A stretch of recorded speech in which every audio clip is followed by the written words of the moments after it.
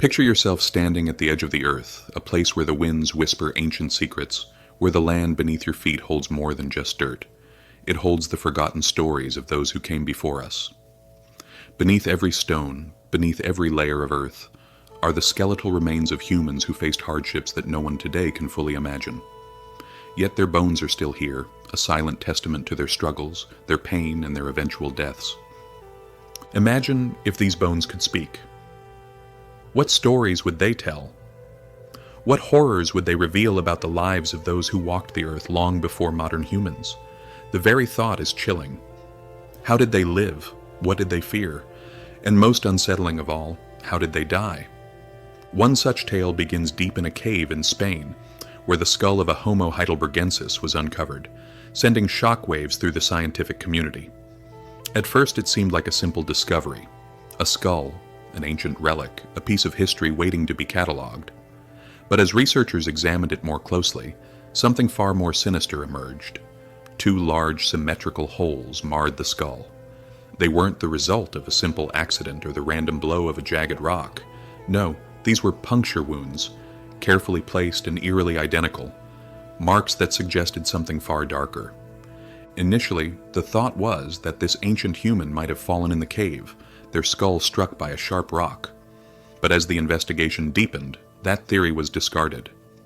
The holes were too precise, too perfectly matched to be accidental. Could it have been an animal attack? Perhaps some wild beast had ventured into the cave, striking the human in a brutal and deadly encounter. But again, the evidence didn't fit. No animal known to inhabit Spain 430,000 years ago could have caused wounds so identical. Something else was at play.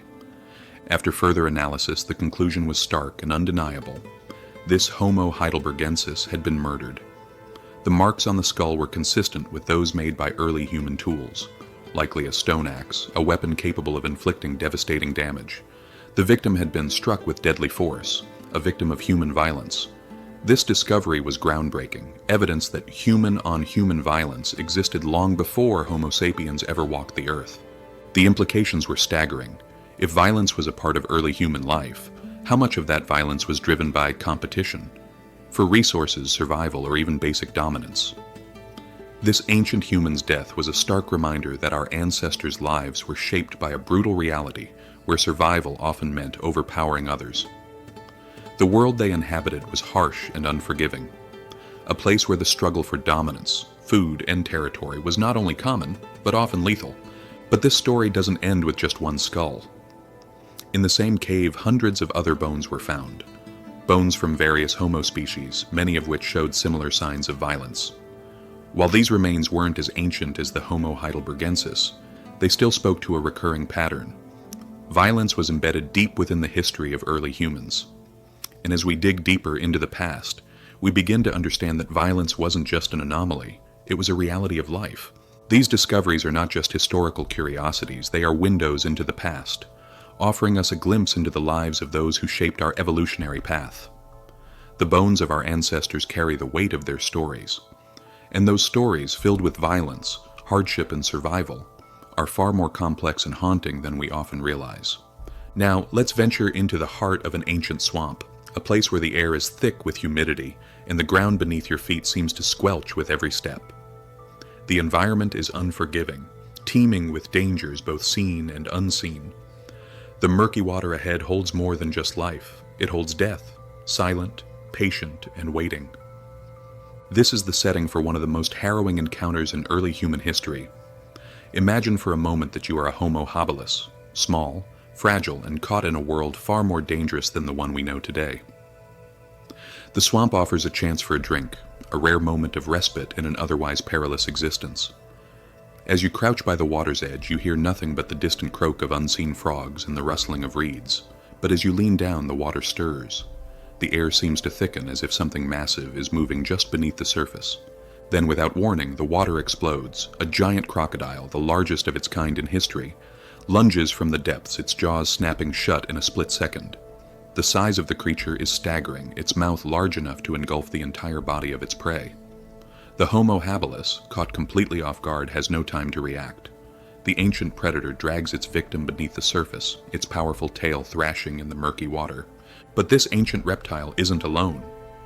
As the crocodile sinks beneath the surface, something else emerges from the shadows. A massive predator, its eyes locked on the struggling human.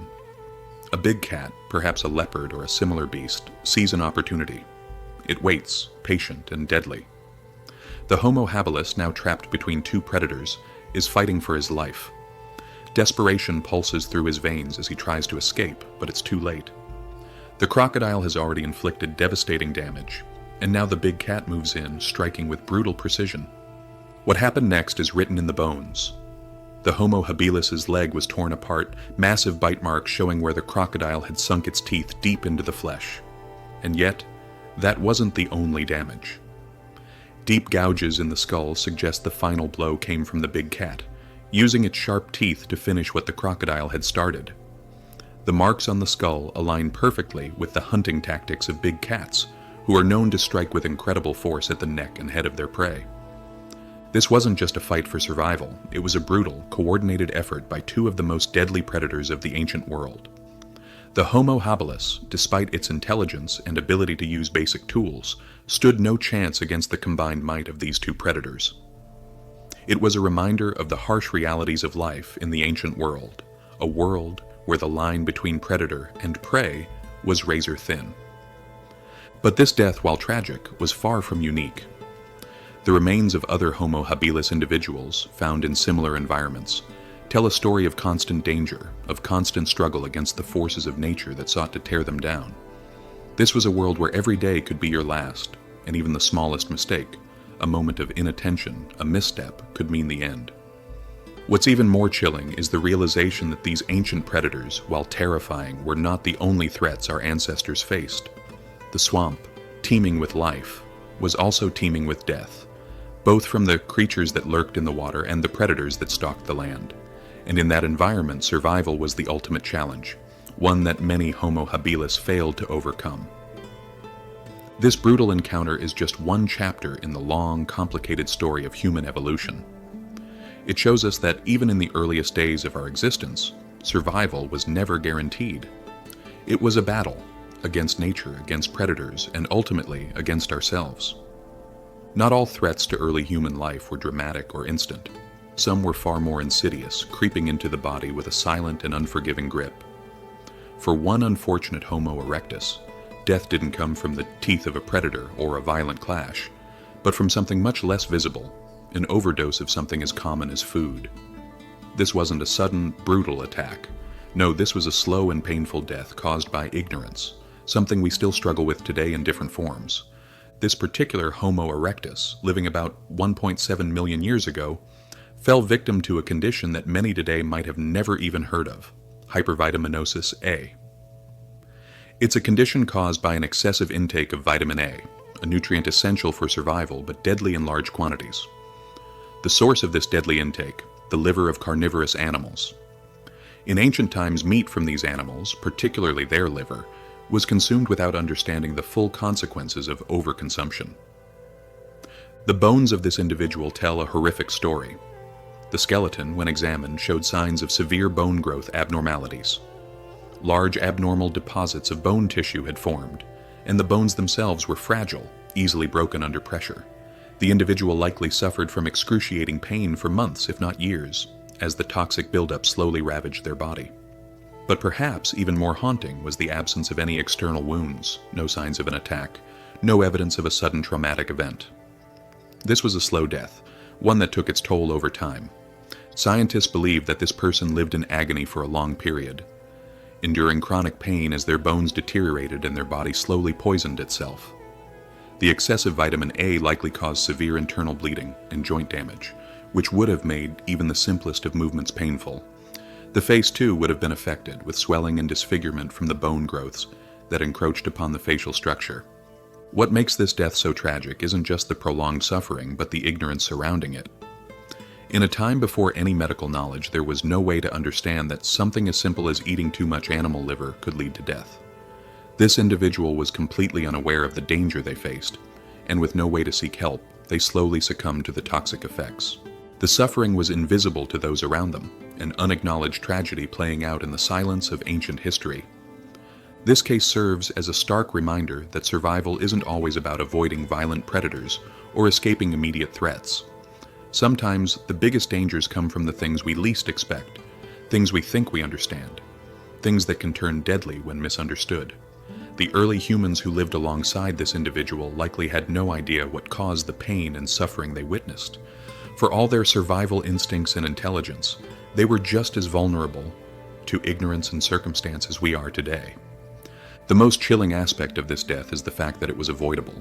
If only this Homo erectus had known about the risks of overconsumption. If only they had understood the delicate balance needed for survival. Instead, they suffered and died, a victim of an invisible killer. Too much of a good thing. This is the tragedy of a slow, painful death.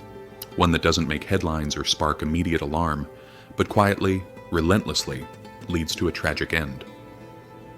As we explore the ancient world, we often think of danger lurking at ground level, large predators stalking their prey, the fight for food and shelter taking place in the forests and caves. But what if the most terrifying threat of all wasn't on the ground at all? What if it came from above, from the very skies?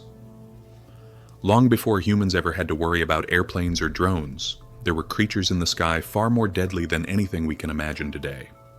In the case of the Taung child, this ancient Australopithecus, the sky was not a place of freedom, but of terror. The child's skull, discovered in a remote area of the Kalahari Desert, tells a harrowing story. A story of a violent, swift death, likely at the talons of a massive bird of prey. The marks on the skull are unmistakable, deep puncture wounds, consistent with the type of damage caused by a bird's sharp beak. The pattern of the wounds suggests that the child was attacked suddenly, perhaps from behind, with a speed and precision that only a predator of the air could achieve. At first, the death of the Taung child might seem like an isolated incident, just one unlucky individual caught by a large bird. But the more we examine the context, the more this death becomes a window into the brutal realities of ancient life. These birds weren't the same kind we see today. They were giants, far larger and more deadly than anything we can fathom now. Birds like these were capable of hunting and killing small primates, swooping down from above with the force of a predator at the top of the food chain. The Taung child's skull was found alone, separated from the rest of the body, a detail that immediately caught the attention of researchers. The rest of the body was never found. Why was only the skull discovered? Some believe that the bird that attacked the child may have carried off the body, using it to build a nest or simply to feed its young. Over time, the skull could have been dislodged and rolled into a cave or other protected area, where it remained preserved for millions of years, waiting to tell its story to future generations. This mysterious disappearance of the body raises unsettling questions. Could it be that after the child was killed, their remains were used by the bird of prey as part of a nesting ritual, as some birds do today? Or did the skull remain in the open, exposed to the elements, until it eventually rolled into the cave, perfectly preserved for scientists to find so long after? The death of the Taung child highlights an important and often overlooked threat to early humans: predators from the skies.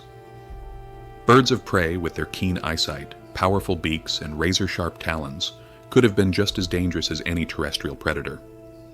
And in the case of the Taung child, the sky became the most dangerous place of all, a hunting ground where even the smallest mistake, looking up at the wrong moment, could lead to a tragic and untimely end. This discovery not only sheds light on the dangers early humans faced, but it also serves as a stark reminder of how life for our ancient ancestors was a constant battle for survival. The predators of the air were just as deadly as those on the ground, and even the smallest among us were at risk from every direction. The skies above were not a place of safety. They were filled with the looming presence of predators who watched, waited, and struck without warning. In many ways, the story of the Taung child is a tragic reminder of the fragility of life. Even the youngest and most vulnerable among us weren't immune to the dangers that surrounded them, and in a world where death could come from any angle, survival was a constant harrowing challenge.